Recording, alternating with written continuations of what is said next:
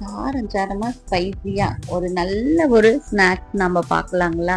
இதை பார்த்த உடனே தெரியுங்க, நம்ம வாய்க்கு எதமா ஒரு முறுக்கு தாங்க.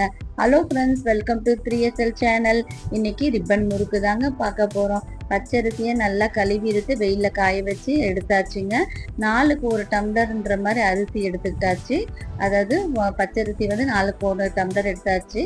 4 டம்ளருக்கு 1 டம்ளர் கடலப்பருப்பு அப்படியே கழுவி இருக்க வேண்டாம், பச்சையாகவே தான் போட போகிறோம். அதை நல்லா மிஷினில் கொடுத்து அரைச்சி எடுத்துகிட்டு வந்துட வேண்டியதாங்க. அதுக்குள்ளே நம்ம அந்த இதுக்கு வந்து பட்டை, லவங்கம், சோம்பு, பச்சை மிளகா, காஞ்ச மிளகா, இஞ்சி, பூண்டு, சின்ன வெங்காயம் போட்டாச்சுங்க. இந்த பட்டை லவங்கம் வந்து மிக்சி ஜாரில் என்னதான் அரைச்சாலும் அங்கங்கே நின்றுடுதுன்னு அதை நைஸாக பொடி பண்ணி ஜாரில் போட்டாச்சு. சோம்பியும் அதையும் போட்டு நல்லா நைஸாக அரைச்சிக்கணும். இல்லைன்னா வந்து நமக்கு அந்த புளியும் போது தட்டுப்பட்டுச்சுன்னா அப்படியே நின்றுடுங்க. அதுக்கப்புறம் காஞ்ச மிளகா, பச்சை மிளகா, பூண்டு, இஞ்சி, வெங்காயம் எல்லாமே போட்டு நல்லா ஃபைன் பேஸ்ட்டாக அரைச்சிக்கணும். எதையுமே வந்து அந்த குழலில் மாட்டக்கூடாது, தட்டக்கூடாது, இல்லைன்னா உதிரியாக வந்துடுவோங்க. அதனால முதல்ல நல்லா ஃபைன் பேஸ்ட்டாக வந்து அரைச்சிக்கணும். தண்ணி ஊற்றி நல்லா அரைச்சிக்கணுங்க. அந்த அந்த பட்டை லவங்கெல்லாம் எதுவும் கையில் தட்டுப்படாத அளவுக்கு நல்லா அரைச்சி எடுத்துட்டாச்சு.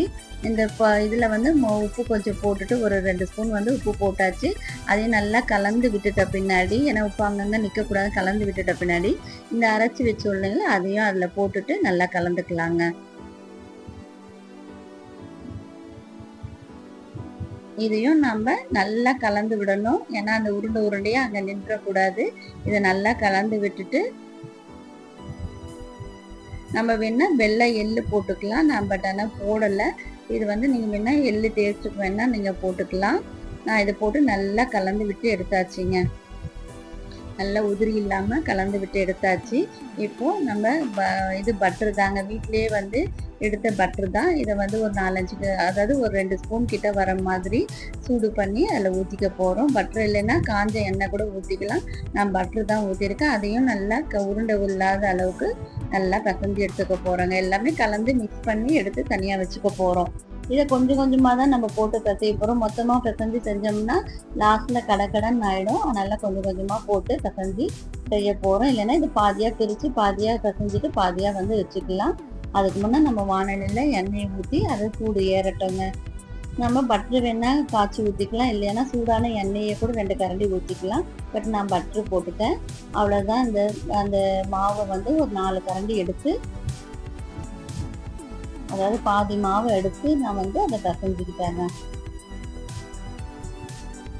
கொஞ்சம் கொஞ்சமாக தண்ணி ஊற்றி நல்லா அந்த குழலில் உருட்டி போடுற பதத்துக்கு பிசைஞ்சிக்க வேண்டியது தான். எல்லாம் பசஞ்சு எடுத்தாச்சு. இந்த பாருங்க, இந்த அளவுக்கு எடுத்தாச்சு.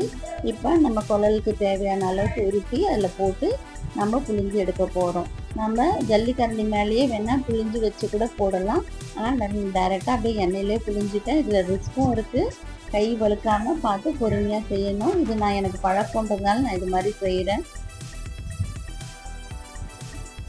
இதை அப்படியே எண்ணெயிலே நான் புளிஞ்சு விட்டுருவேன். கொஞ்சம் அந்த சூடு பொறுக்கிற அளவுக்கு புளிய முடியும்னால அதுக்கப்புறம்னா நான் அப்படியே விட்டுருவேன். நான்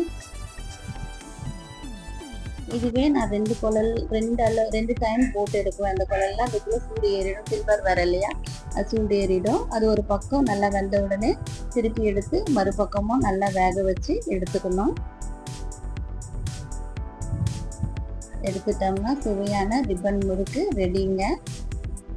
பாருங்கள், ஈஸியாக கொஞ்ச நேரத்து வேலை தான். இதை நான் 2ஆக பிரித்து அழகாக அதை போட்டு எடுத்துட வேண்டியது தாங்க. மீதி இருக்கிற மாவுங்கள்லாம் அழகாக ரிப்பன் முறுக்கு ரெடி. நீங்களும் உங்கள் வீட்டில் செஞ்சு பாருங்கள். இது எப்படி இருக்குன்னு நீங்களும் அந்த டேஸ்ட் எப்படி இருக்குன்னு பார்த்து சொல்லுங்கள். கமெண்ட் பண்ணுங்கள், ஷேர் பண்ணுங்கள், லைக் பண்ணுங்கள், சப்ஸ்கிரைப் பண்ணுங்கள். தேங்க்யூ.